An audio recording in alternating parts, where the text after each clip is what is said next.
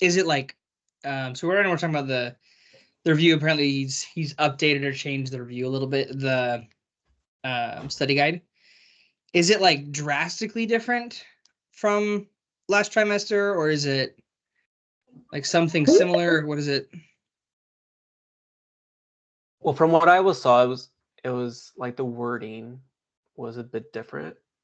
Like specifically, if it's the wording, it's probably because Dr. Sarkar doesn't always like his wording that he has specifically, like that kind of thing, doesn't always make sense.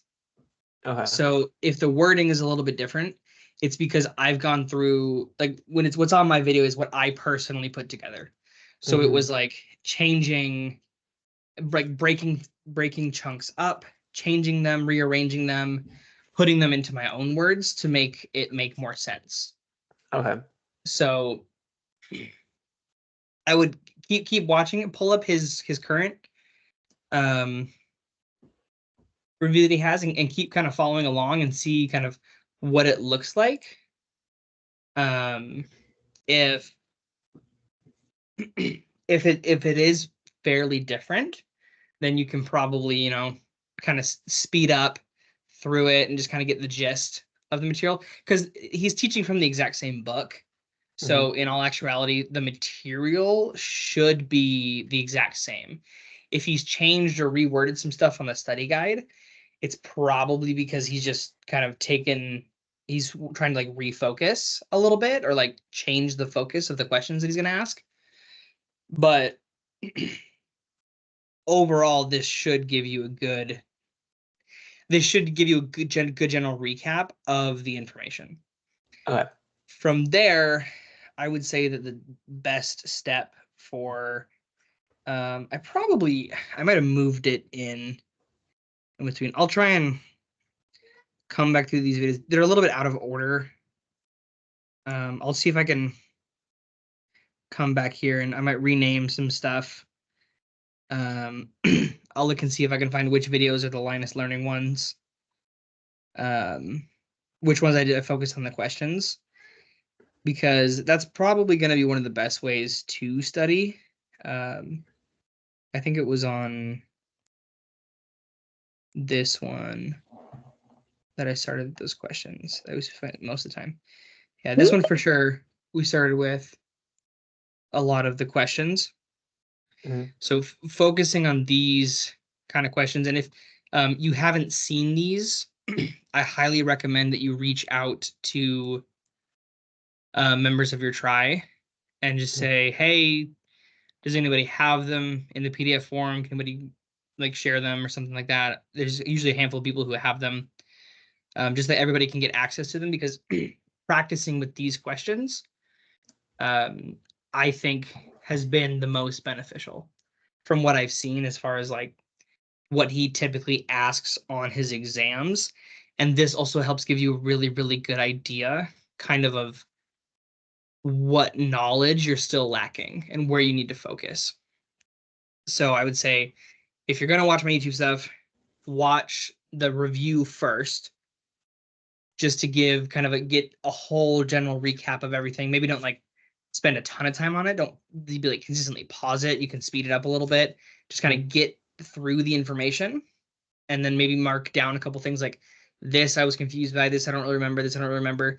And then from there, come over to the questions, and sitting with the questions, then you can kind of figure out a little bit better, what do I still need to work on, what maybe do I feel good about, that sort of stuff, and actually seeing it in more kind of question type format. Does that make sense? Yeah, that makes sense. Thank you. And I can definitely attest to the fact that going through the questions has helped me understand the information way better than just like notes and going through book stuff. Since we've started doing that, I've definitely understood it better. Yeah. Putting everything into context a little bit is definitely the best way to go through the material. Okay.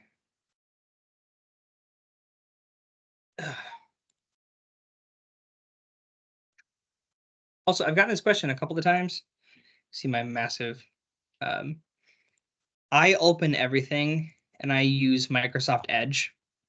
I've had a couple people ask me the question. I use Microsoft Edge for all of my PDF files because up here at the very top, you get a text function, a draw function, a highlight function, and you can come through and you can add notes and everything directly onto it and then just save it or save as. So I have found personally, a lot of people use like GoodNotes and other things. I found personally that this is the quickest and the easiest for me. So if anybody wants to, I've just had a couple people ask about that, so thought I'd mention that. Let me take care of something really quick.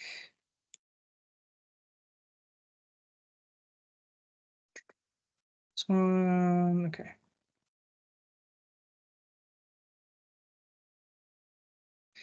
So when we talk about, we're just gonna jump right in before we jump right in. Does anybody have any other questions? Anything else on the brain that's kind of eating at them alive that they want to talk about or ask?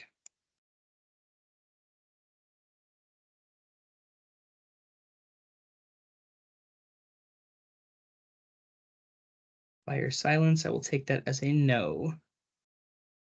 So we will go ahead. Let me just finish.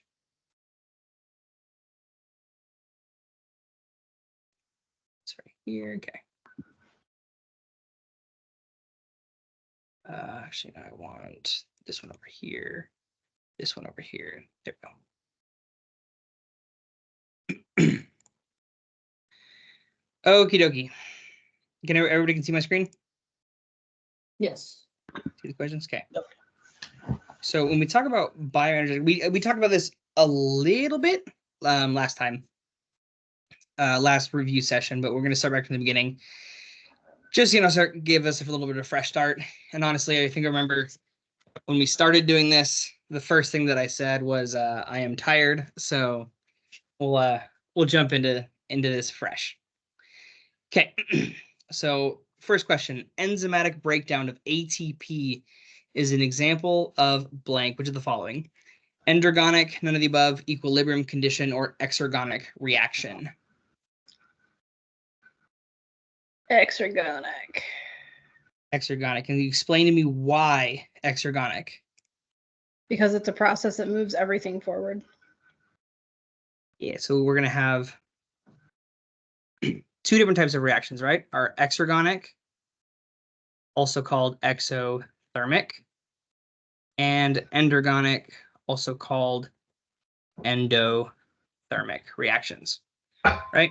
Exergonic, there we go. When we talk about these two different types of reactions, exer or exothermic or endothermic, what are we generally referring about energy when we talk about these types of reactions? Let's say exergonic. With an exergonic reaction, where is the energy going, or what's happening with our energy? It's being released as heat. Exactly. So energy is being released typically as heat out of the system. So if we stop, we think a little bit about kind of the laws of thermodynamics. The laws of thermodynamics, one of the most big laws, specifically states that energy cannot be created nor destroyed. It can only be transformed. So when we talk about exergonic reactions, what we're literally talking about is chemical energy being converted into heat energy. Our chemical energy, when we talk about different molecules and everything going on, where is chemical energy being stored? Or how is chemical energy stored within a molecule? ATP. So it's with ATP. So what part of ATP is actually holding and storing the energy? Inorganic phosphate. So it's the inorganic phosphate. being bound Or the to bonds, something right? else. So our chemical energy, the bonds themselves, are what's holding and containing that energy. So in order for that energy to be released, what has to happen to the bonds, the chemical bonds that are holding on to that energy? They need a break. Exactly. So the chemical bonds break.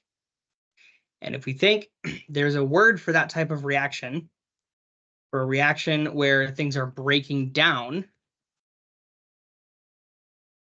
does anybody remember what that is called? Hydrolysis? I was going to say that. Hydrolysis is an example. The overall terminology, so hydrolysis is one where water is using water to help break bonds. But Catabolic. overall, we call these catabolic reactions. The breaking down of stuff is a catabolic reaction. So because metabolism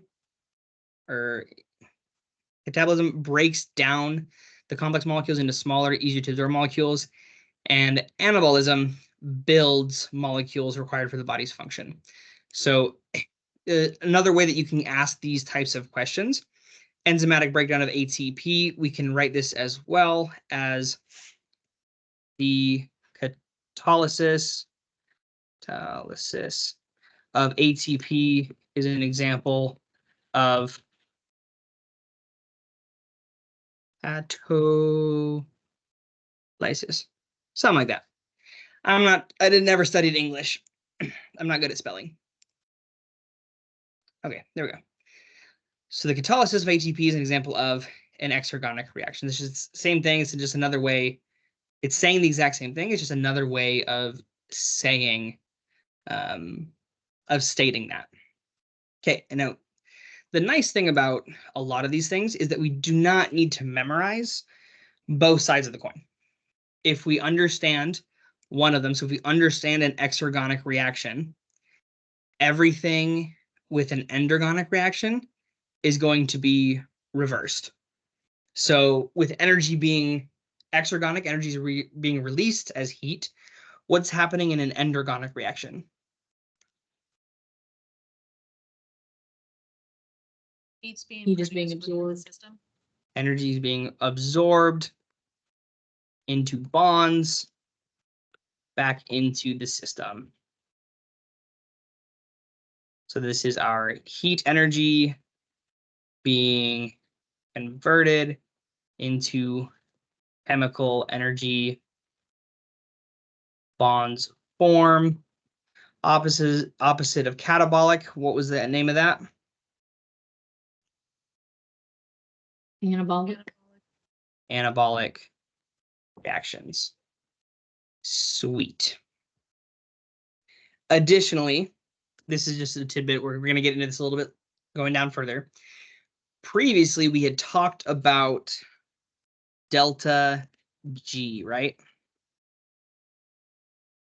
Who can remind me what delta G is referring to? What's delta G about? It has to do with the free energy and whether or not a reaction will occur. Good. So it's free energy. It's G because it's whose free energy? That I Gibbs don't free. The systems. So yes, named after a scientist named Gibbs. So Gibbs free energy.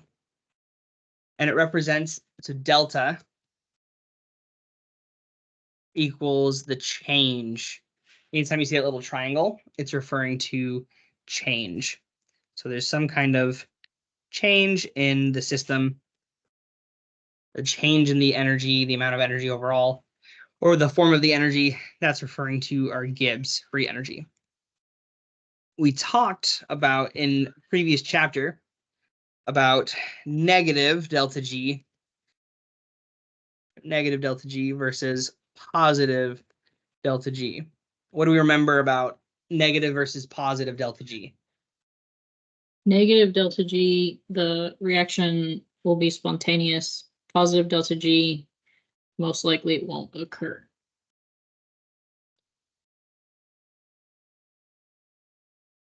Not occur on its own. Before, we had tied this into something else, right? So for example, when we had a positive delta G, what do we need in order for a reaction with a positive delta G in order to get pushed forward and to make it more likely to happen? What other protein with exact specificity do we need? Enzyme? Enzymes? Our enzymes. So kind of bringing it full circle, when we talk about positive delta G, the reaction is most likely not going to occur on its own. If it's a negative delta G, it'll be spontaneous. So reactions that are negative delta G reactions will occur on their own and don't typically require enzymes. Whereas reactions that are positive delta G are going to require enzymes in order to help those reactions occur. We're going to get into this in a little bit, but a really, really important idea to start to understand is that oftentimes the body is going to pair these together. So we get a negative delta G reaction, negative delta G, we'll do this, negative delta G plus or together with a positive delta G. So what it does is the negative delta G occurs, it's a spontaneous. Most often, or almost always, these are going to be our catabolic reactions or our exergonic reactions, releasing energy. Whereas our positive delta G are our anabolic or our endergonic reactions. And they're paired together because the negative delta G reaction is going to release energy into the system. And then our endergonic reaction is going to absorb that energy or a portion of that energy in order to do its reaction. So we oftentimes will pair these up together so that way they actually are able to both happen naturally without the body. So for example, ATP, our main source of energy, that goes and it holds in those phosphate bonds, the binding together. When those bonds will go around different parts of the body, and when they break, they transfer that energy. They transfer that energy to include part of another system where a different endergonic reaction is going to occur. So that's kind of like the transport of energy from the ATP into other stuff. Okay, some of that may have gone over heads a little bit, but overall, are we all still with us? Are we all still together? Yes. Okay. And a lot of this stuff, we're going to keep getting into this as we look at more and more questions. Okay. Okay. So exergonic reactions. Which of the following do they do? Do they drive the reaction in a backward direction? They absorb heat energy, are in equilibrium, or drives the reaction in a forward direction? D. They drive the reaction in the forward direction. Yeah, Forward they will direction. drive that reaction in a forward direction. All of the rest of these, so absorbing these two, absorbing the heat energy and driving in a backward direction, what kind of reaction is that referring to? Endergonic. An endergonic reaction. What's another name for endergonic reactions? Endothermic. Anabolic. We have endothermic and anabolic. Most often, he does not use the thermics. That's how I learned them in my chemistry classes in undergrad. He prefers the endergonic and the exergonic, or anabolic and catabolic. That's typically how he'll refer to them. Okay. Another question we already kind of covered this. Exergonic reactions have negative delta G values, are in equilibrium, or have positive delta G values. Negative. Yeah, they have negative delta G values. So if negative delta G Sorry guys, I'm on a new computer setup and it's not quite as easy to control. Negative delta G is a negative value. And we have our positive delta G is a positive value. What about just a neutral or delta G that where the reaction is the equilibrium? What do we think the delta G is going to be for that? 0. No. Yeah, our delta G is going to be at 0. This equilibrium is something really, really important to understand. You'll need to know this in the future as well. When we talk about equilibrium, a lot of times you'll see it written something like this. Right? Reactants to products. And you kind of have this weird double arrow thing. With a lot of reactions that are occurring, the reactions are going back and forth. So reactants are turning into products at the same time that products are turning into reactants. Okay? So when we say something is at equilibrium, we mean that it's reached a point where this rate of going from reactants to products and products to reactants is the same. So for every one reactant that turns into a product, one product turns back into a reactant. So if this is a little bit confusing, don't worry. This isn't like super test specific. This is just something that in the future, I wanted to bring it up now because in the future, there are a couple of things that you're going to need to know, kind of understand this concept when we get into stuff like glycolysis and the Krebs cycle, and we start talking about kind of equilibrium and negative feedback within that whole cycle. Okie dokie. So now getting a little bit bigger, longer question. First tip, whenever we see a really long question, what's the first thing that we want to do? Or how do we want to attack a long question? Read the last sentence first. Read the last sentence. So which is the most likely explanation? Okay, so we're looking for some type of explanation. We can quickly look down in here at the different choices. So we have equilibrium, thermodynamic unfavorable, result described as impossible, or it's kinetically slow. Okay, so come here. So for the reaction, A goes to B, where our delta G, that little one up there is a naught. It's called naught. Our delta G naught equals minus 60 kilojoules per mole. So immediately we would react right here. What do we know about this? If our delta G is negative, what do we know about this reaction? It's going to spontaneously occur. Yeah, so overall, it's going to spontaneously occur. So overall, we know it is going to happen. The reaction is going to happen. Okay, so the reaction started with 10 millimoles of A, and no B is initially present. So we put a bunch of A into the little test tube, and no B is present. After 24 hours, analysis reveals the presence of 2 millimole of B and 8 millimole of A. So with something like that is this negative, think back a little bit. Remember when we talked about strong versus weak acids and bases? Yes. Hopefully, I don't see cameras on, but hopefully people are nodding a little bit. When we talked about a strong acid or strong base, what is that word? What is that strong? What does that mean? They want to give or take all of the hydrogens.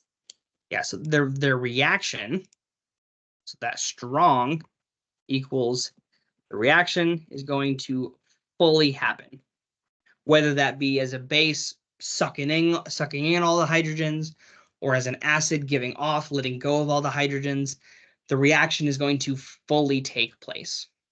Just like that, when we see a delta G that is very, very negative, something like a strong, I would say strong, like a strong super spontaneous reaction anything that's like -10 or less, around there, he's going to make it pretty obvious. Either it's going to be like a -2, or it'll be like -60, -120, something like that. It's not going to be like, oh, it's -7 point whatever, or -5, something like that. In this sort of context, he wouldn't ask it like, he wouldn't give you that answer choice or that option in the question for this type of question. Okay. So we know that, so with -60, it's going to be a strong reaction. So we know that pretty much all of A is going to go to B. So, but after 24 hours, we have 2 millimoles of B and only 8 millimoles, and still have 8 millimoles of A. So go ahead and look through the answer choices and tell me what you feel is the best answer choice for this question. A. D. Okay, we had A and we had B. Oh, D. D. Yeah. Okay, go ahead, Just say Christine. B. What? B. Okay, we had a couple different answer choices. So we're going to reveal the answer. The answer for this one is A. And we're going to go over why. So when it's -60, it's -60 kilojoules per mole. So the reaction is going to happen. But it doesn't, just because it's -60 kilojoules, like we know that the reaction is spontaneous and it's going to happen, but it isn't necessarily going to automatically happen right away at that very second. In that way, it's a little bit different from the acids and the bases. With the acid and the base, that reaction is super, super quick. With these reactions, because this could be any type of reaction, we don't know what A or B is. These can happen slowly over time. But because it's negative, it is spontaneous, so it is going to happen. So for B, the result described is impossible given that the fact that delta G is -60 kilojoules per mole. So it is possible, it's just that the reaction is kind of slow. One way that we could say that this is impossible is if instead of delta G being negative, it was positive. If our delta G is positive and we didn't add anything else to it, it would be impossible for A to turn into B if we didn't have something else in here, like an enzyme or something else to make that reaction happen. So it's not going to be B.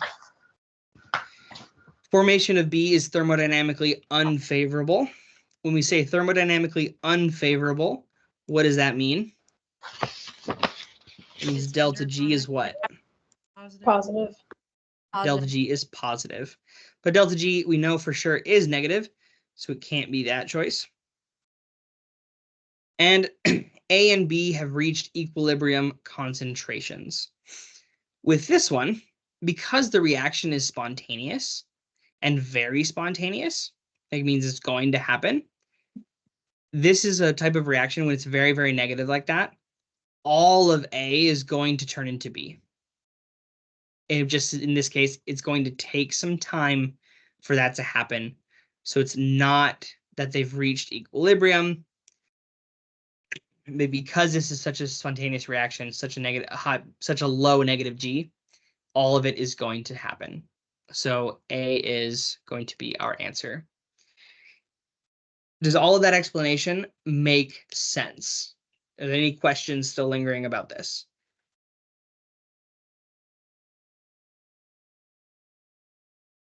Okay. Sweet. Next question. If the delta G naught, this is supposed to be that little doohickey up top, it's fine.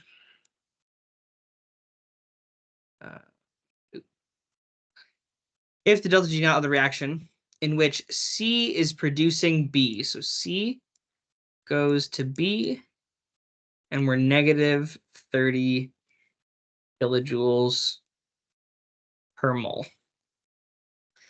Under standard conditions, the reaction blank. will never reach equilibrium, will proceed spontaneously from left to right in order to produce B, is at equilibrium, or it will not occur spontaneously to form B. Will proceed spontaneously. Yeah. Yeah. Go ahead, Antonio. Tell me why is B the answer? Because of it's exergonic, and then also it's at negative 30 kilojoules, which is above, I believe you said like 10 is like the standard. Yeah, don't use that as like a hard rule, but yeah, I like to think of it like if it's past 10, if it's negative, it is spontaneous. If it's like past negative 10, it's really spontaneous. So better, like kind of a hard rule. If it's negative, always go with it spontaneous. Don't overthink that too much. Again, this is just general biochemistry. We're not going super deep like biochemistry master's level type stuff with this. Okay. What if instead I said that C is producing B and it is positive 30 kilojoules per mole? What would the answer be then? D. B. And it is going to be D. B. What if I said that it is 0 kilojoules per mole? C. C, it is at equilibrium. Perfect. This thing here, it will never reach equilibrium. That's probably never going to be an answer choice that I would pick unless like everything else makes absolutely no sense. So if you see that kind of answer choice, 99% of the time, you can go ahead and ignore it. Okay. Synthesis of ATP is an example of endergonic, equilibrium, or exergonic reaction. Endergonic. Endergonic, because when we see the word synthesis is that catabolic or anabolic? Anabolic.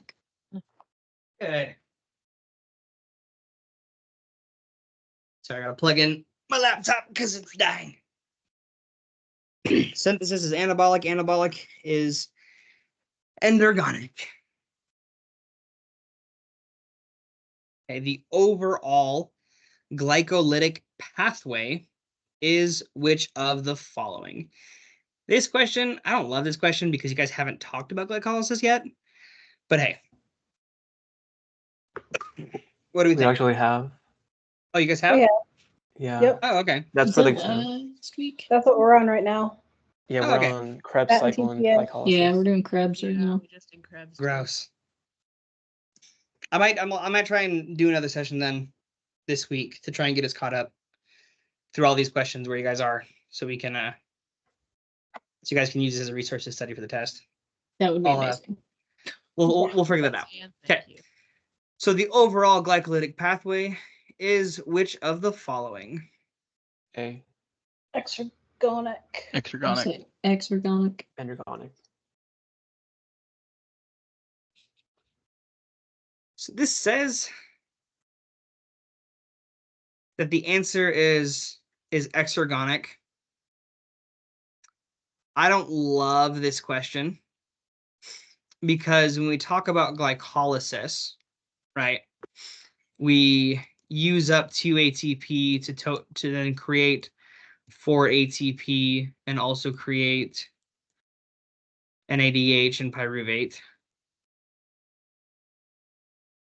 right? 2 NADH, 4 NADH, Two. something like that. I think it's 2. Yeah, so we have a net total of 2 ATP plus building this other stuff. So I could very much see why somebody would pick endergonic. This kind of question. Let me see if I can get the glycolytic pathway.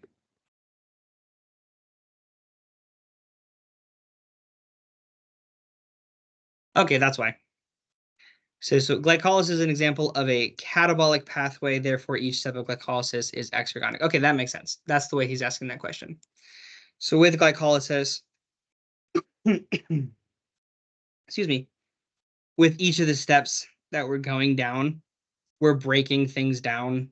For the overall, we're breaking things down, breaking them eventually into two different parts, breaking bonds to get all the way down to pyruvate. So that's why it's not focusing on the things that's being created overall, because more bonds are broken.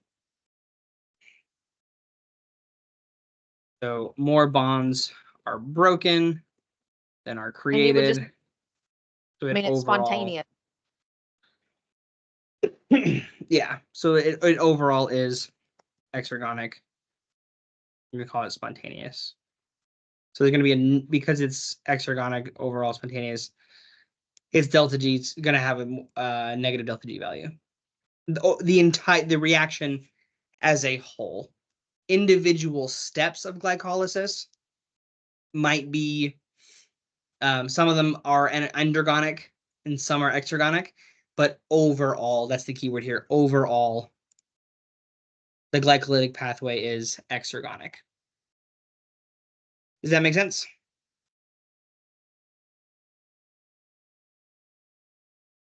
Yes. Yes. Okay. Next question. Also, the test taking strategy. Do you guys have backtracking on your exams? Can you guys go back to questions? Yeah. Yes. Okay. So immediately, this kind of question with longer answer choices, if they get any longer than this is the kind of question that I'm immediately skipping and coming back to, because it's probably going to take more than a minute to read, and time is your most precious resource when it comes to taking exams. So that being said, let's go ahead and answer the question. So the reaction A plus B goes to C, has a delta G of negative 20 kilojoules per mole at 25 degrees Celsius. Starting under standard conditions, standard conditions is just saying like the proper temperature and normal air pressure or density, that kind of stuff. One can predict that which of the following will occur. At equilibrium, the concentration of B will exceed the concentration of A. In this reaction, the concentration of C will be much greater than the concentration of A or B. C will rapidly break down to A and B. At equilibrium, the concentration of C will be less than the concentration of A. You guys go over that? B. Why do we think B? What's our main reason why we say B? The reactants will be gone after the done. Yeah, the reactants are going to be used up because we have a negative delta G, so it's a spontaneous reaction. So because it's negative, because it's spontaneous, this is going to, everything is going to be driven to the right, from the left to the right, to C to form a bunch of C. And we saw in that previous earlier question, C will rapidly break down to A plus B. First of all, we understand it doesn't necessarily always happen rapidly. We can't always tell the speed at which the reaction is going to occur just based off of the delta G, as well as we're going left to right, not right to left. At equilibrium, the concentration of C will less than the concentration of A. So again, because it's a reaction is spontaneous, we're driving left to right. We're going to have more C. Okie dokie, number 9. What is the correct? I promise you, this is a test question. I guarantee this is a test question. Like 100% it is. Yeah. Yeah, it was on my quiz last like a couple weeks ago. I guarantee he's gonna have maybe like probably 3 or 4 questions very similar to this, with just like changing the delta G value, whether it be positive, whether it be negative, and then answering very similar like this. He's gonna have a question just like this. If I remember correctly, he almost always has a question that is, which of the following represents blank law of thermodynamics, either this first, second, or third law of thermodynamics. Hey, Drake, Which, on his Blackboard, he told this to Kat and I in our session on Monday or Friday of last week. There's that folder that's underneath our weeks. It's like in that same section on our Blackboard. Make sure you look at the problems that are in there because yes, they are on the test. You're talking about The there's like bioenergetics a problems. there's like a problem sheet or something like that, right? That's Yep. yeah. There's like a handful of questions that are It's like 10 of them, and he gives you the answers at the bottom.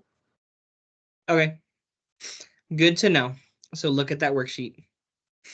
Let me see. My laptop is dying, so only one of my USB ports work. So I have to switch between my mouse and my external hard drive. So give me 1 sec so I can pull up that sheet so you can see what it looks like. School. Kristen, where did you say that where you can find that sheet?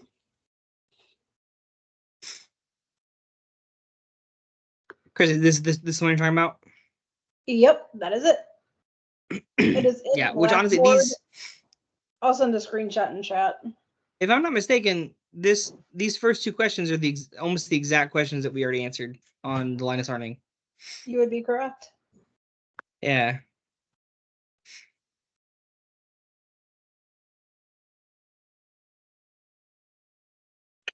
I don't remember him making you do a calculation on the test. But if he does, like he gives it to you like this, where it gives you like the all the numbers that you need in order to just plug it into the equation and go along with it. But yeah.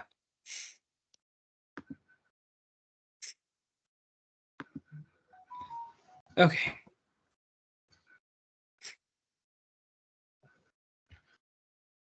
Plug my mouse back in.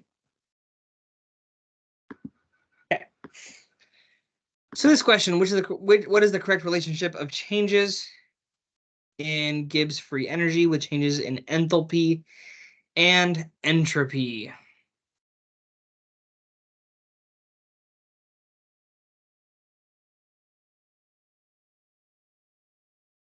This is just a straight, you gotta know it. So the answer is B.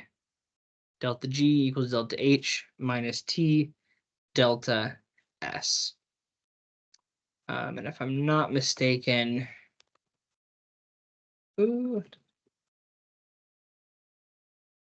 yeah, delta H is our enthalpy, and our delta S is our entropy, and T is our temperature. Can anybody, because this is a concept in the past he has done like pretty like, and he might have them later on, where he asks the following reaction occurs, what happens to enthalpy or entropy, or if entropy increases, what happens to Gibbs free energy? Those sort of questions. So can anybody tell me what is meant by enthalpy or entropy? I feel like we talked about this. Yeah. The way I understand it, entropy is like the propensity for disorder, and it's spontaneous. So, if that's the case, then that would be consistent with negative delta G. And I watched a video.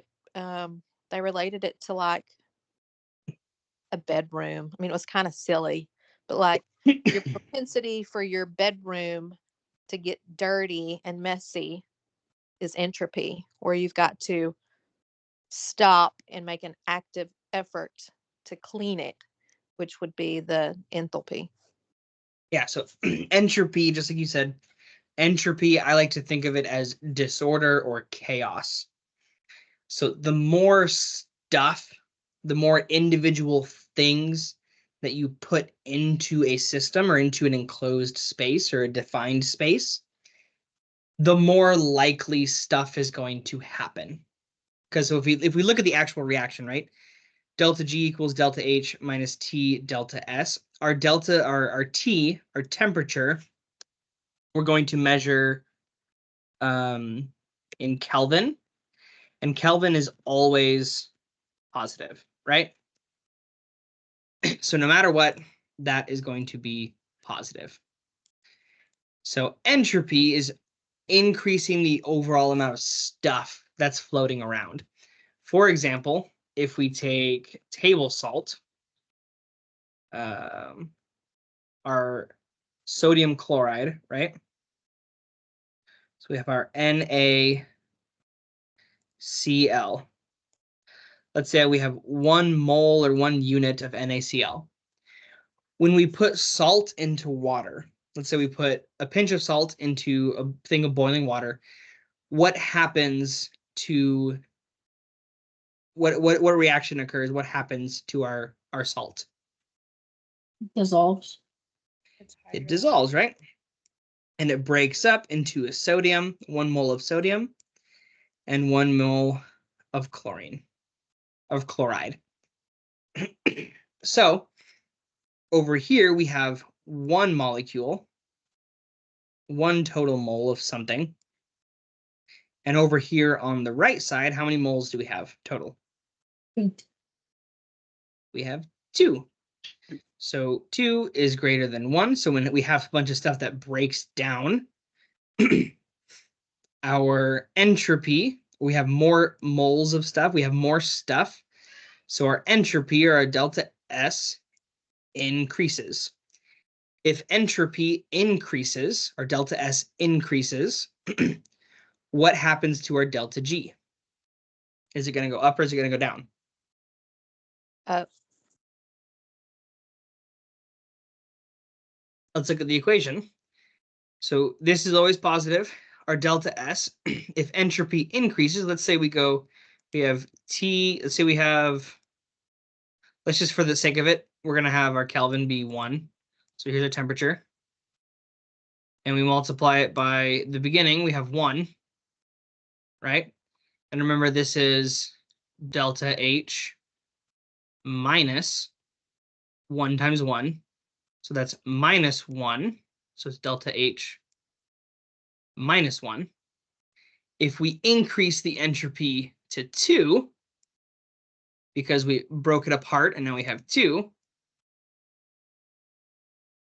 now we're left with delta H minus 2.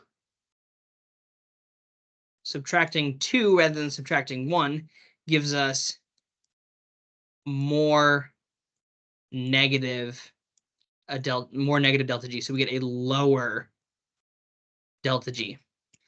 So by increasing entropy, we decrease delta G. So increasing, if a higher entropy means a more negative delta G, which means a more spontaneous reaction. Delta H, if we look at enthalpy, enthalpy is referring to the heat of the system. So it's change in heat of the system.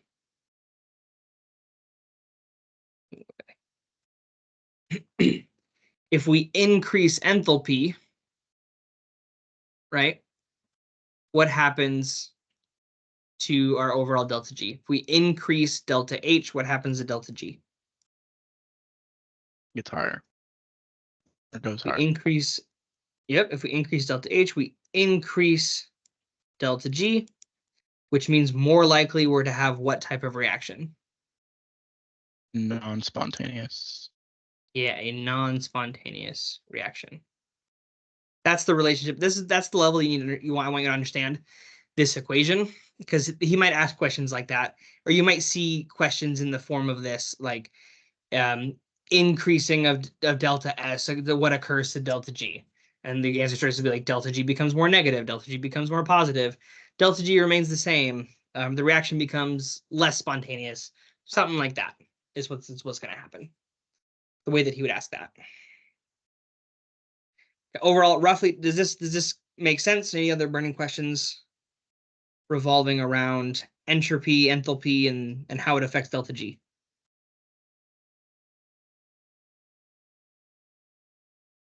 I'll take that as a no. All good. Okay. What is true about Gibbs free energy? It depends on the concentrations of both substrate and product. Delta G does not depend on the concentration of substrate and product. Delta G depends on the concentrations of the substrates. However, the concentration of the product does not affect it. And delta G depends on the concentrations of the substrate only. A. A. That is correct. It's going to depend on the concentrations of both the substrate and the product, especially when it goes and it starts to get to that equilibrium point. As it gets closer to the equilibrium point, that reaction is going to kind of slow down. Sweet. What is true in biodegradation pathway? Exergonic reaction and endergonic reactions are in equilibrium. Exergonic reactions and endergonic reactions are not coupled. None of this is true. And exergonic reactions and endergonic reactions are coupled. They are coupled. They are coupled. When we say that the reaction is coupled, what does that mean? They're They both go gonna hand in hand. occur. They go hand in hand. Earlier, I said that they're paired, right? So we use the released energy from the exergonic reaction to fuel and to carry out the endergonic reaction. There's a pretty little chart that he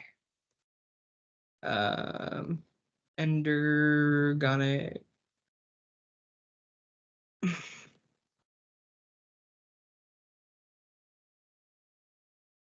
Should be a cute little. There's usually a picture. There we go. This one, I think, is usually the one he uses. Where the exergonic reaction happens, endergonic reaction is down here. And there's a kind of a sweet spot where they meet that allows them, to occur.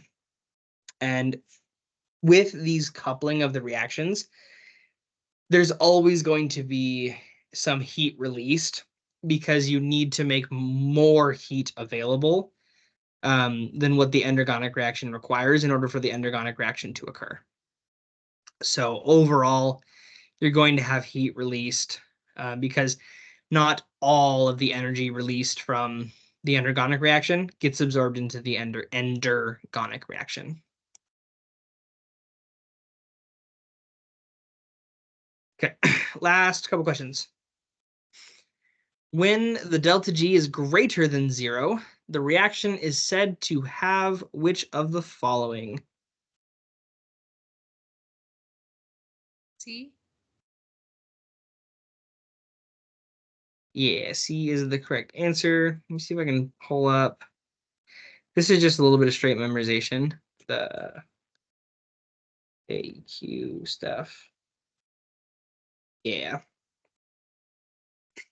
So if delta G is positive, KEQ is less than 1. If delta G is negative, KEQ is greater than 1. And if delta G is 0, KEQ is equal to 1. So this is just, there's more, like this technically goes back and relates to some of those graphs and stuff that we'd seen in previous chapters.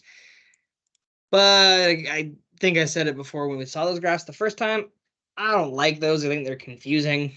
So just remember, positive, it's less than 1, negative, greater than 1, and at equilibrium, it equals 1. Drake, is And that? Oh, sorry. Is that yours work document or is that Yeah. Dr. Sarkar's? This is mine. Is there a way that you can, any way that you can share that with us, or? So these are all available with my notes that I offer up. Okay, where can we find those? I'll shoot you a message after this.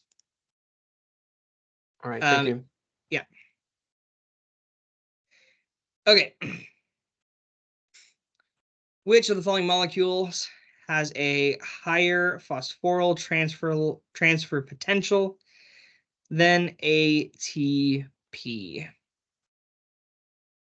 The phosphoenol pyruvate and creatine phosphate, the 1,3-bis phosphoglycerate. A good tip for you guys. Start learning to pronounce these words. So I know it's super, super easy as you read questions and read things to just like gloss over and skip the chemically sounding names. Take a second to stop and slow down and practice the pronunciation of these names. I promise you it helps so much. If you're able to pronounce it and like say the whole thing, it helps a ton when it comes to like memorization and figuring stuff out. Okay. Then we continue to have the phosphoenol pyruvate, creatine phosphate, and 1,3-biphosphoglycerate, creatine phosphate, or phosphoenol pyruvate. I'm going to be completely honest with this one. I wouldn't really know where to start. This is probably one of those questions where if he asks, he might ask this exact question on the exam, and you just need to know that it's this. Like, these are the kind of questions that I look at, and it's like, this feels like it was probably just raw memorization at some that's point. what I was thinking. And yeah, it was probably mentioned in the book at some point somewhere. But in all honesty, it's like, meh. And I'm not gonna. You learn to pick your battles as far as like raw memorization goes. Where if it's gonna be like one question like this, we've seen this question, we know the answer. If this exact question pops up, which more than likely this is exactly how he's gonna ask this question, then we know that this is the answer. So just review the Linus questions. I'd probably review the questions either the night before the exam, or if you can, if the exam is later on in the day, if you're taking it later on in the day, review it like right before you take the exam. Just kind of go through them and kind of refresh your memory of these questions. So that way, it's there in case he asks these specific exact questions, which sometimes, most of the time he does ask at least one or two of them, or more than one or two. All right, everybody. Let's go ahead. Let's take a 5-minute break. I need to go get some water and some stuff, and then we'll come right back and jump into carbohydrates. So it's 7:58 right now, 7:59. We'll be back. We'll start again at 8:04. Sound good? Perfect. Sounds good. Go get a snack. Sounds good.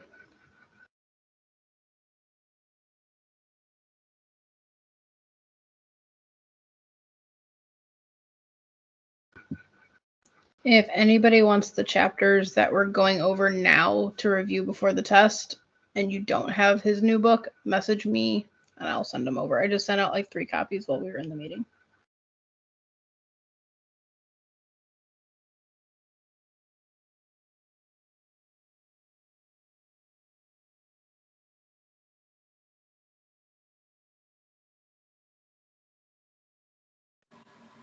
Hey, it's my first time being in one of these sessions. You guys know how long these usually go for?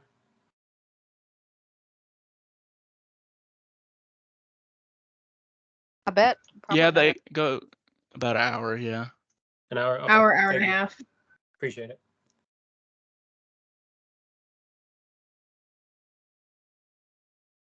Sorry, I walked away. What were you saying, Kristen? If anybody wants the Linus questions and they don't have Dr. Sarkar's new book, message me and I can send you the PDF we're going over because it has the answers and the questions. Cool. So somebody sent me the ones we're going over, but they also sent me the Krebs cycle ones, but only had one question. Hold on. That might have been me because that would be my fault. So let me check and I'll send you those again really quick. Okay, I was like, I don't think you sent them to me, but somebody did, and I may have just sent helped them one. to somebody and I didn't look because the Krebs cycle one is like 59 questions. So when you go into the app to review them, it only shows you one question at a time. And I think when I hit copy on that one, I didn't include all the questions. Okay. So forgive me. That's cool.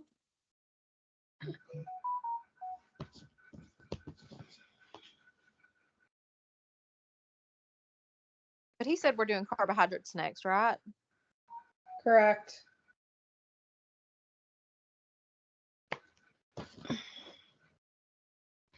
Go back to my email.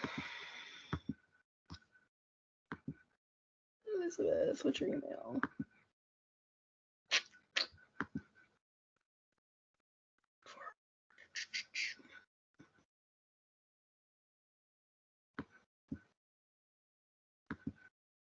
I'm gonna warn you guys ahead of time.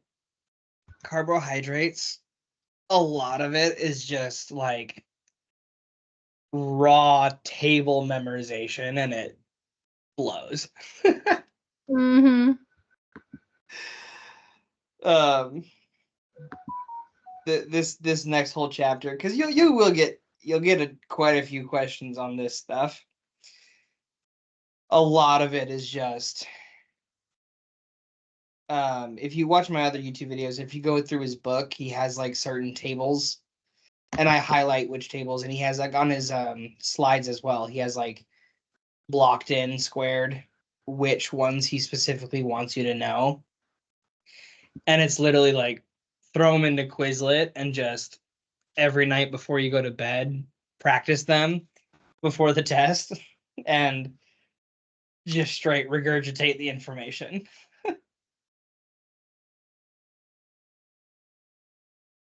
Not fun, but it is what it is. It's not horrible, but it is a lot of memorization.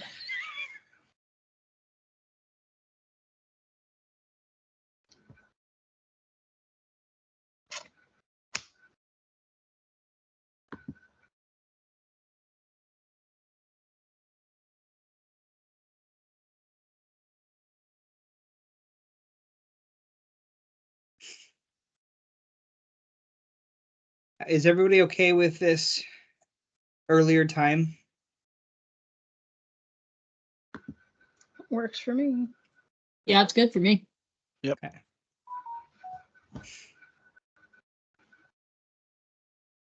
In the future, we might, once I get everything fully unpacked, and I don't have my desk and actual PC set up yet, but once I do, we may be able to start a little bit earlier. I can start. I'm an hour ahead now. I'm on the East Coast, so I could start. If we could start 7 o'clock my time, so like 6 o'clock your time. We can play with it a little bit and see what works for more people. But let me real quick.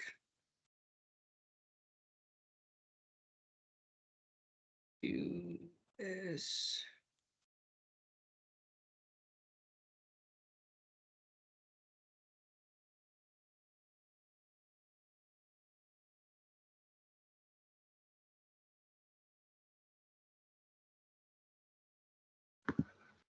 Hey Drake, where are you doing your CBI at? I am at the Martinsburg, West Virginia Veterans Hospital. That's awesome.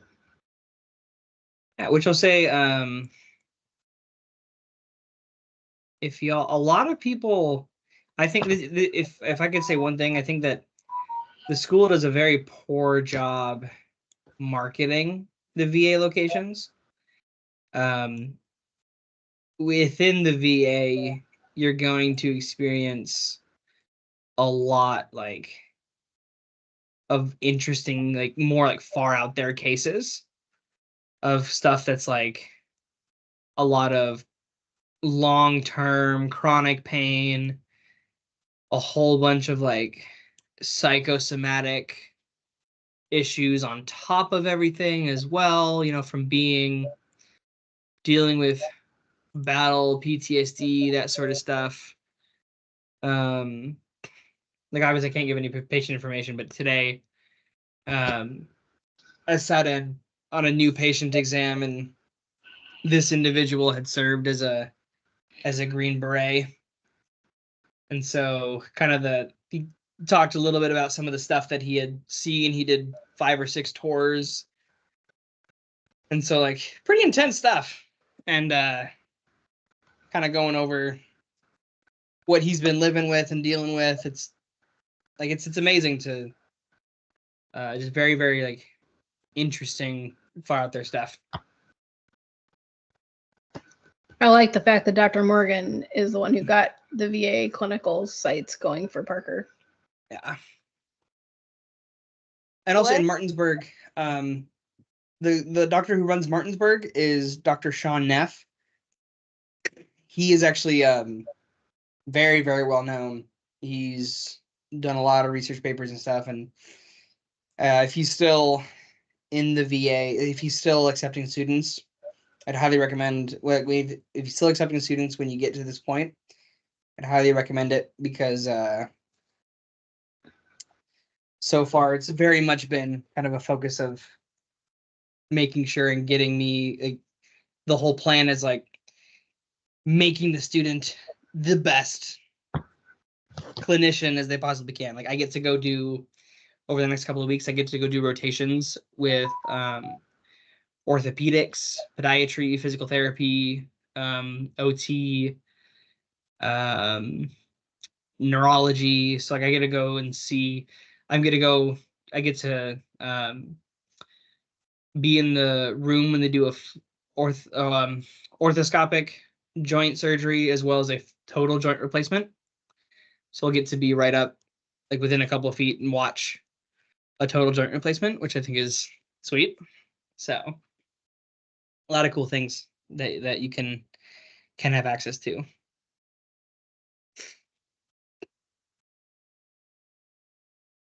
Okay, let's jump back in. I know we're so excited to do biochemistry. Okay. Question 1. Carbohydrates are classified as which of the following? Only monohydric aldehyde derivatives, both as complete ketones and aldehydes without polyhydroxyl groups. Only polyhydric ketone derivatives or aldehyde or ketone derivatives of polyhydric alcohols.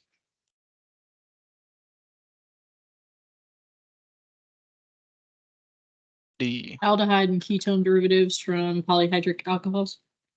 That is the correct answer. To be completely honest, though, if I had seen this question without knowing the answer, I would probably have been like, what? So kind of breaking this down a little bit. Polyhydric alcohols is a fancy way of saying sugar alcohols. When we talk about alcohols, there we go.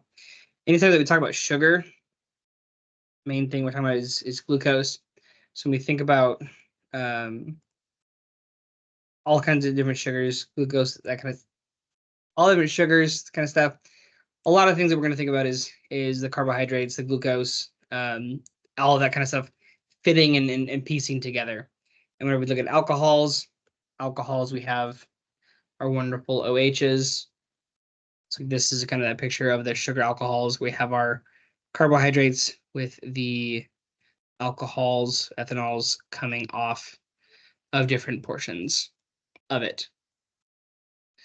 If you remember aldehyde, Dr. Sarkar loves questions about aldehydes and ketones.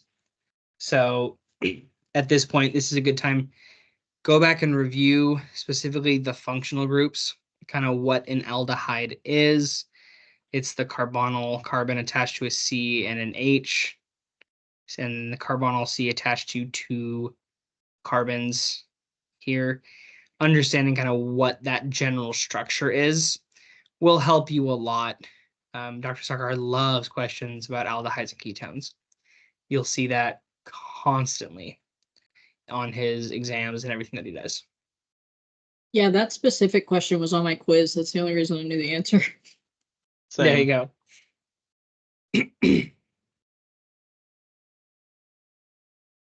Okay.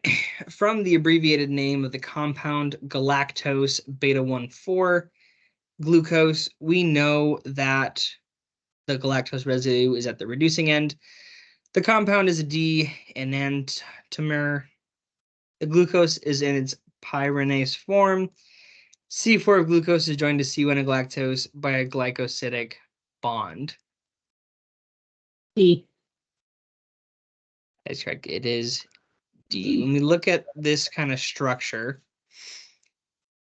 this whole little underline, this little parentheses thing, this is telling us the binding, how things are bound together. So the first one is galactose. So on the left side, we have our galactose. And with galactose on the beta 1 carbon, so remember we'll have alpha, we can have alpha carbons, we can have beta carbons. So the alpha 1 carbon on the galactose is bound to the number 4 carbon on glucose.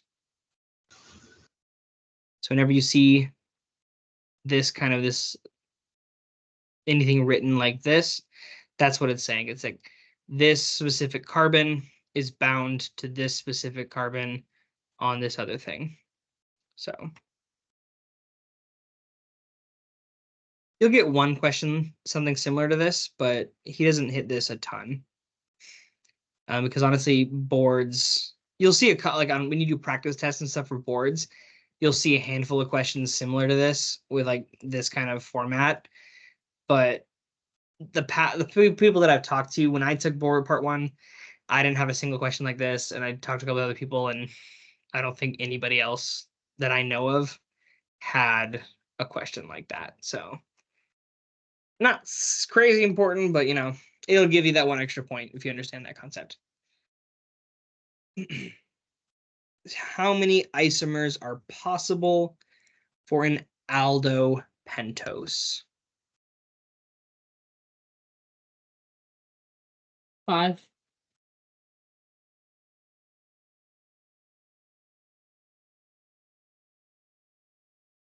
So an aldopentose, the 5 carbon monosaccharide, which is in its linear form, contains either an aldehyde group at position 1 or a ketone group at position 2.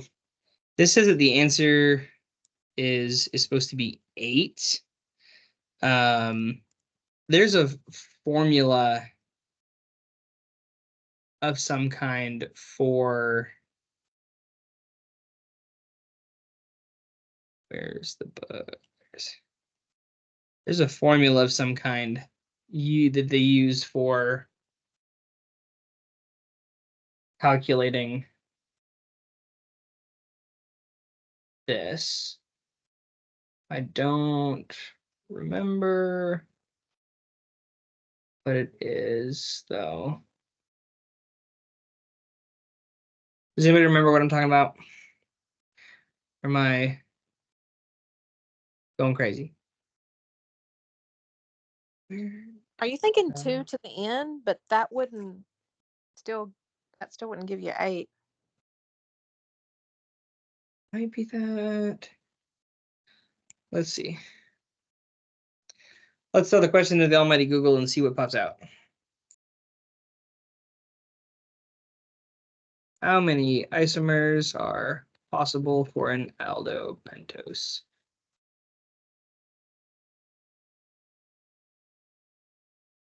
It is 2 to the n. 2 to the n. The n, it talks about the number of chiral centers. So an aldopentose has 3 chiral centers, so 2 to the 3, 8 possible stereoisomers. I'm trying to remember the. So you're saying it's just based off the chiral centers? Yeah, it's based off of the chiral centers, because remember, if a chiral center means it has 4 different things bound to it. If something is not a chiral center, is not a chiral carbon. So for example, aldopentose images.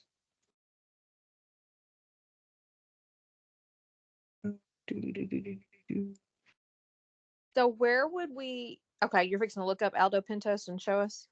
Yeah, I'm trying to find.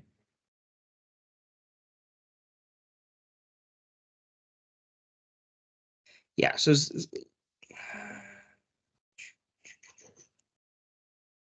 trying to remember. It's been a while since I've done carbohydrates, which is why. And like I said, it did. This was one of my least favorite lectures of them. So here when we look at the chiral, yeah, okay, this way. So because see these carbons out here, this carbon and this carbon are only bound to this carbon out here is only bound to 3 things, 1, 2, and then it's double bonded here, or it's double bonded with the oxygen. So 1, 2, 3. So because it's only bound to 3 things and has a double bond, this is not a chiral center. So you can't kind of flip it to create an isomer with this. Same on this side, where CH2OH, it's going to be bound to 2 hydrogens. So because 2 of them are the same, it's not a chiral center either, which means that you can't flip it around the same way in order to get different isomers, because an isomer is the same chemical reaction, just a different positioning.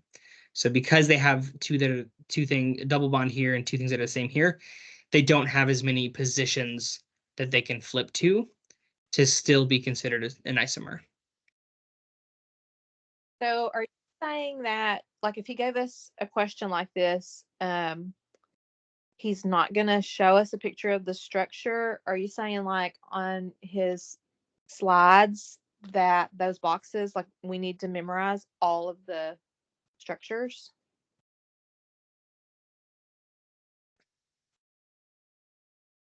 Like, what in the aldopentose should I be seeing that goes, oh, that means 3? It's probably let me pull up his slides and see if we can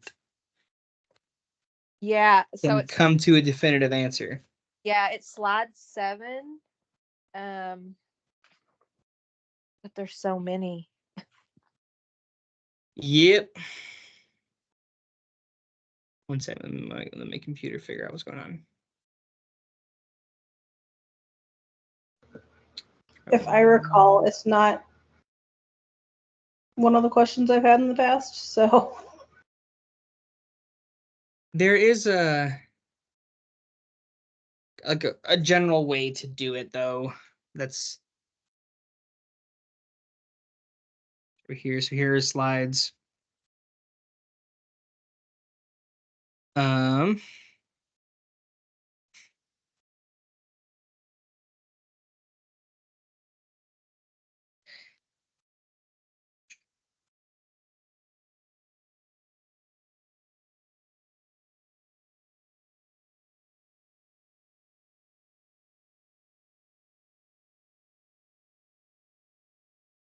Okay, so the number of possible isomers of compound depends on the number of C atoms, and is equal to 2n. It's going to be more of, so he has right here, like the aldopentose. Later on, I guarantee he's going to ask about glucose. If he's going to ask about these, he's going to ask specifically about the ones that he hits on the most. So typically, like this kind of question that you'll have it be with glucose. This is kind of like the difference. And like I said, he won't ask a ton of questions specifically, like just like this. If he does, he's going to ask about glucose being one of them, and he might ask one other one, which again, at the end of the day, is kind of like the rule. Do you spend all of your time memorizing the structure of every single one of those things for that one question? Or do you get the general names and general kind of information about them overall to be able to get like the other 2-3 questions that he asks? So he might throw you a question like this where, yes, you would need to know like the actual structure of that specific carbohydrate. But at the end of the day, it might be one question and it's not really worth it to try and memorize all of them. I would say the ones that he asks about here on Linus Learning, and then if there's any others that he specifically mentions in his PowerPoint. No, I'm looking back at the and that really is the only one that he mentioned. Yeah. Honestly.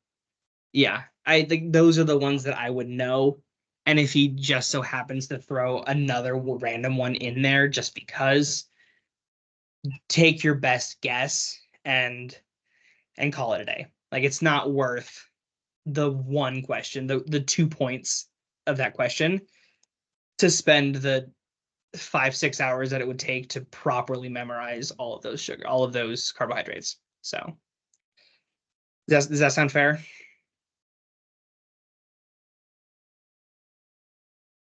I mean, we're here for your Oh, yeah. advice. Yeah. For example, the next question: how many isomers are possible for glucose? I guarantee this is probably a big question, or the question will be something along the lines of like, which of the following represents the isomers of glucose? And he'll have it be like, the answers will be in the form of n to the whatever.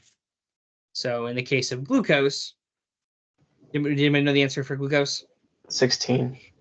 Yeah, so glucose is 16. So that's n to the what? Fourth. N to the fourth. So he could put 16, or he might put n to the fourth. So that's kind of the way the main one that I would know. Here, when you get into naming wise, how many monosaccharides units may be present in an oligosaccharide? Again, if you read, this is probably a chapter. I would go watch my YouTube video covering the chapter to see all of the different names, or as well read through the book and pick out the names that he has highlighted or circled or whatever on his PowerPoints, and I know the definitions of those ones. So like oligosaccharide, this is just pure raw memorization that it's 3 to 6. The ones, if it's one single, we have our monosaccharide. If it's 2, we have a disaccharide. There's a oligosaccharide. And then, let me see. Poly is greater than 7. Yeah, and then poly. So this would be our polysaccharide. And this is our oligosaccharide. Yeah. Again, like a lot of this chapter is just raw memorization. Like identify the aldopentose. This is one, you'll see this one a lot. The answer in this case is ribose. Ribose comes back a little while later, because we talk about it when we talk about DNA. The D in DNA stands for deoxyribose. So the ribose sugar is one of the really, really important ones that we want to know. So he'll probably have a questions very similar to this, which is following is the aldopentose. He'll have a handful of questions like this, just identifying like how many sugars are in these. And that was the one that had 8 isomers. Was that same Yep. word Yep. from up? Aldopentose, yeah. Again, just another naming one. Identify the ketohexose.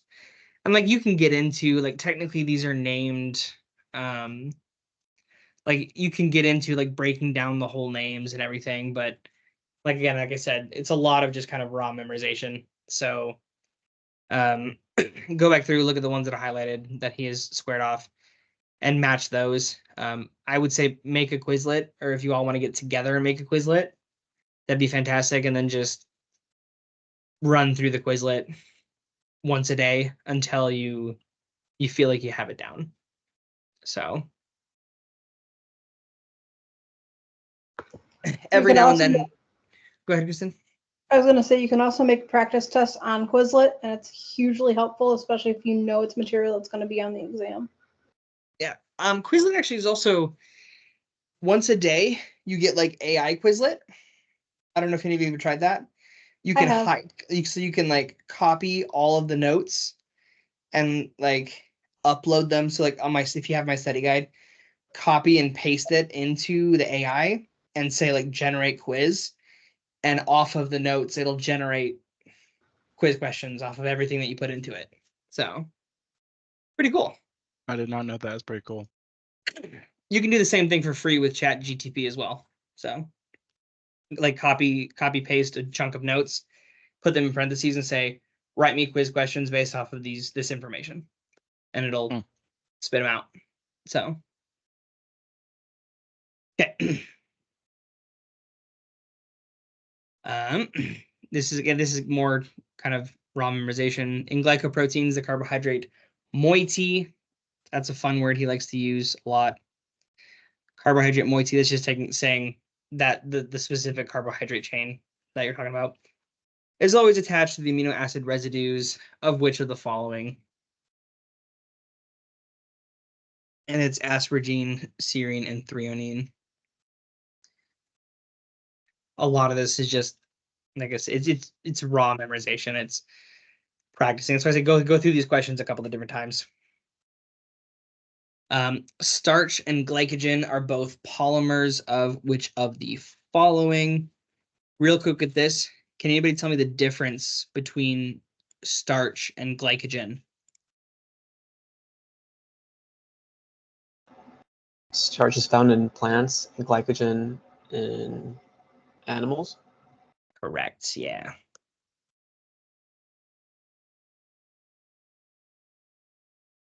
Later on, you'll eventually get into, this is like try 4, try 5. You'll take a clinical nutrition class, and you get back into a lot of like vitamins, minerals, proteins, lipids, fats, carbohydrates, and like starches and stuff comes back. So just keep an eye on that. You'll talk about a couple different types of starches that will come all the way back around for you guys. So, okay, when we talk about the starch and glycogen, immediately we know fructose is off because glycogen is made out of glucose. Glucose 6-phosphate. Glucose 6-phosphate is not the form of glycogen. Answering this one is the alpha D glucose. Again, that's just something it's on the slides, it's in the book. Reading through it, and now you've seen it in this question, so hopefully it's in your brains. Okay, to possess optical activity, a compound must be which of the following? Can anybody describe for me what is meant by optical activity? It's okay if you don't know. This is kind of a out there concept. Isn't like if Does that you mean- look under a microscope, you can actually see it spinning a certain way because it's asymmetric, or Kind of. Antonio, do you have a... Yeah, does it relate to like if it's chiral or not? Yeah. So it has to do with whether or not, so the answer to this question is it must be asymmetric. So optical activity, what this literally means is what they do is they take a solution with the stuff mixed in, and they shine a light through it. And the light that goes through it, the way that the light passes through the substance, they have a thing on the other side that measures the light that gets through. And when they're perfectly symmetrical, the light that is hitting is going to be hitting symmetrically because it's going to be absorbed consistently at the same rate in the same spots.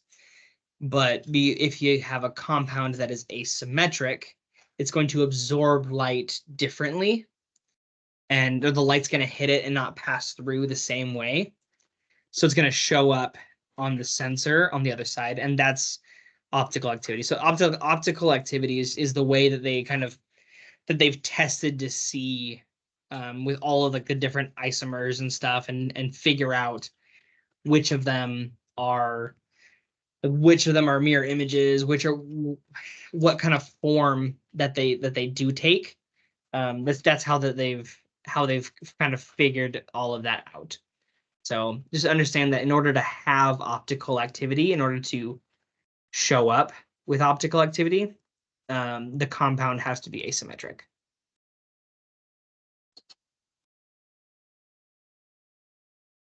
Which of the following is true about fructose? It is an aldopentose oligosaccharide. It is a ketopentose disaccharide. Is it a ketohexose monosaccharide? It is an aldopentose disaccharide. D. So fructose is a disaccharide, but I don't know which one.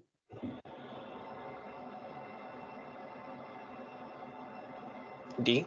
So fructose is actually a monosaccharide. It's a C. So it's not a disaccharide. It's not a oligosaccharide. So Is immediately it sucrose that's answer's di? choice because it is a monosaccharide. Monosaccharides, the main ones that you're going to see, you're going to have galactose, galactose, mannose, fructose, and ribose. You'll also see another one. What's it called? It's like starts with an X. It's like xylose monosaccharide. What's it called? Xylose.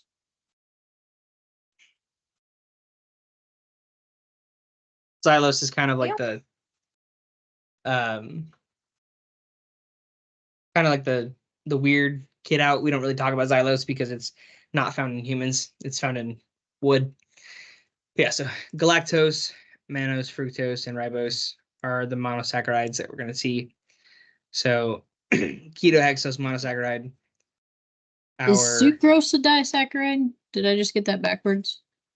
I believe sucrose is a disaccharide. Yeah, because sucrose is made up of glucose and fructose. Sucrose equals glucose plus fructose. And then another one that you'll constantly see.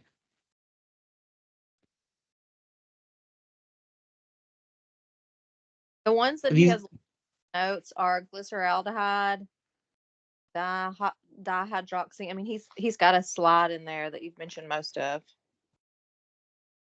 Yeah, he'll show you lactose.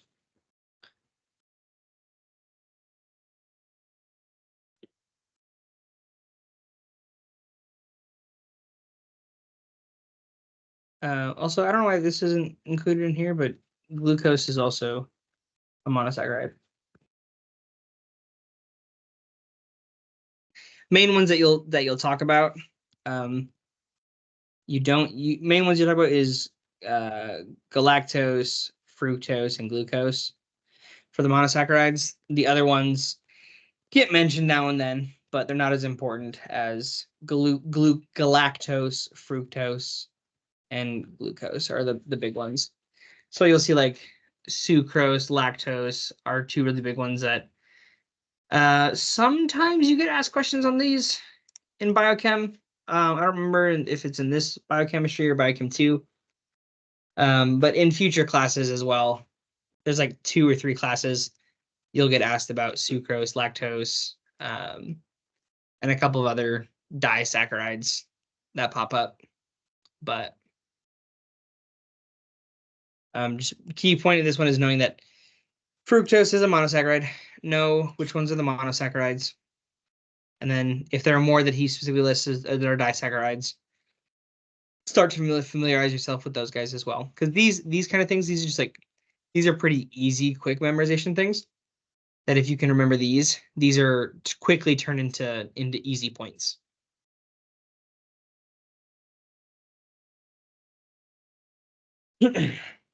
Okay, the linkages. Again, I'll be blunt with the linkages. I would just learn the ones that he has questions asking here. Like this is an alpha 1,4 linkage, and cellulose is a beta 1,4. Yeah, beta 1,4 linkage. He'll throw in a couple of questions regarding these things, but a lot of it is just, again, it's just kind of raw memorization. And if you can get to it, great, but don't spend all of your time memorizing these so that you don't have time to study everything else. I would put this as like number 2 on the back burner. So like after you've finished and you feel confident in all of the rest of the material, if you still have a little bit of time, then come in here and start looking at the linkages and look at which ones he has written down and look at that and look at this kind of stuff. So just because, again, this is just raw memorization, and the amount of time that you have for learning all the material is constricted with everything else, all of the classes and everything else going on. So that's what I'll say about those. When 2 carbohydrates are epimers, they differ only in the carbon configuration on 1 carbon atom. They rotate the plane polarized light in the same direction. They differ in length by 1 carbon atom. One is an aldose, the other a ketone. Isn't this one where like the OH is either on the right or the left? Yep. So it would be they differ only in the configuration around 1 carbon. That is correct. It is that one. And yeah, I'm not gonna get into it. There are other definitions of epimers like out in the real world, but for the purpose of this class, if you see epimer, this is what he's referring to. I'm not gonna go deeper into it when we don't need to. Which of the following amino acids can form N-linked glycosylation? When we talk about N-linked right here, what does N-linked mean? What is it referring to? What needs to be present for an N-linked? Anything to happen? Amino. An amino group, specifically nitrogen. So there has to be nitrogen present.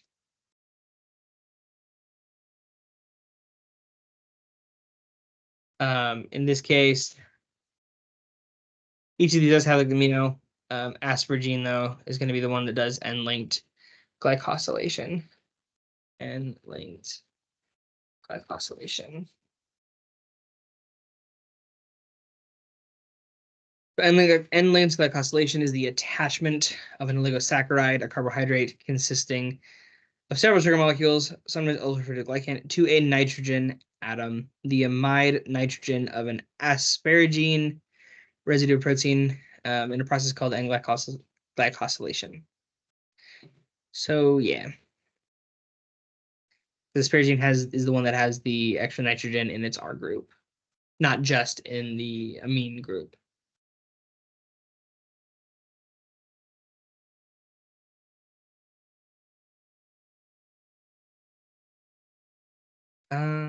A lot of the rest of this,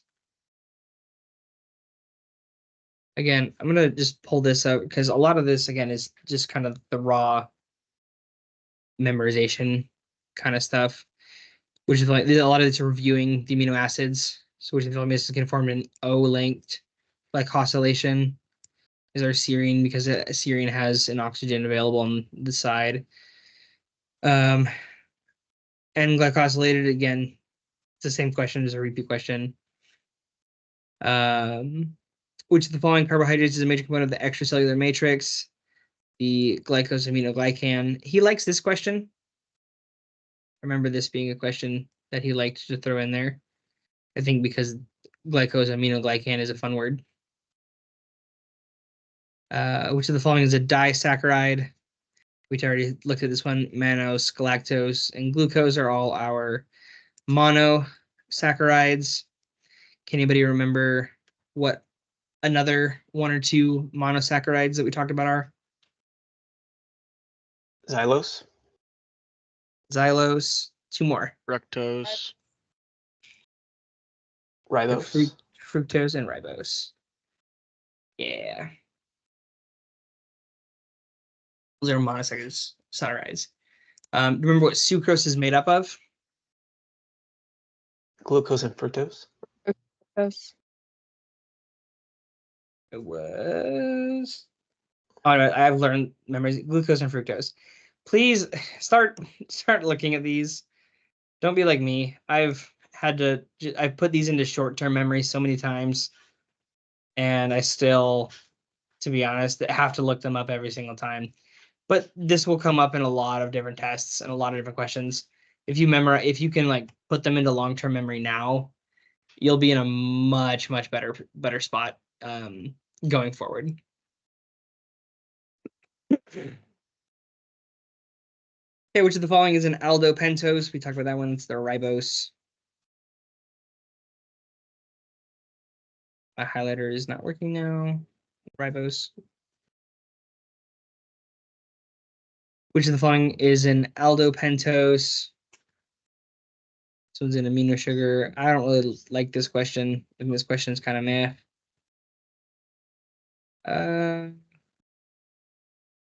There's these last couple. Again, more. Yeah. If you can't tell, I really just don't. I'm not a fan of this specific unit. I think that it's doesn't do a lot for us, but part of the curriculum, so we have to do it. Which as long as an amino sugar, the D-galactosamine epimeric pair. Remember the epimers are, there's the one difference, D-glucose and D-mannose. This is important. If you look at glycolysis, understanding epimeric pairs within glycolysis, there's a couple of examples there. Which is not an aldose, fructose, which is true about fructose. And this is a repeat. It's the ketohexose monosaccharide. So we got a little bit lazy there at the end, just kind of running through and flying through the answers. But again, a lot of this, I would go back, just review these questions and answers as they are. And more than likely they'll pop up just like this on the exam if these specific type of questions pop up. So okay, before we go ahead and wrap up, any last other questions, comments, concerns, anything like that? Did I send you the rest of those, Drake, for the next couple units or no? You have not. If you could, that'd be great. Gotcha. Okay, if there are no other questions, we'll go ahead and end here. Let me turn off the recording.